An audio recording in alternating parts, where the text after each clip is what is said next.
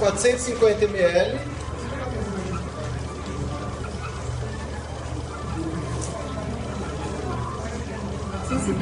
de água, Três.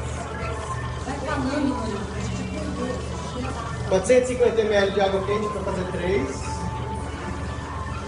Eu vou colocar 9 colheres de leite. 1,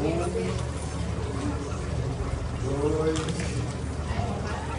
3, 4, 5, 6, integral. Integral? 7, 8,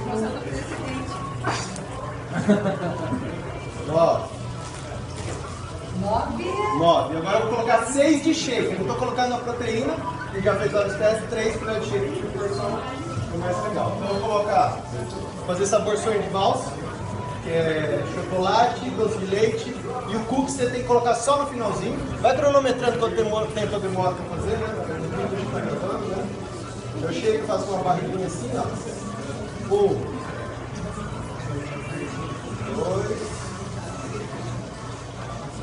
3. 3 de doce de leite. Se quiser dar uma batidinha também. 1,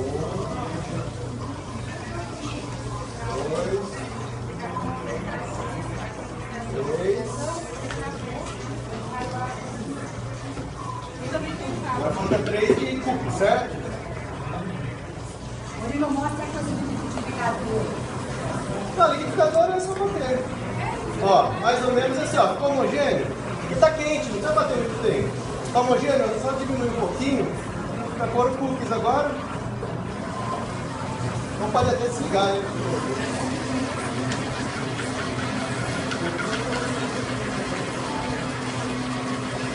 Um, 2, 3 e tá pronto, Fran!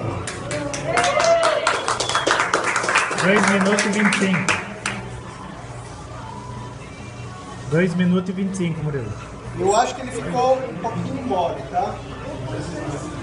Se ficar um pouquinho mole assim, você pode pôr mais uma colher de leite.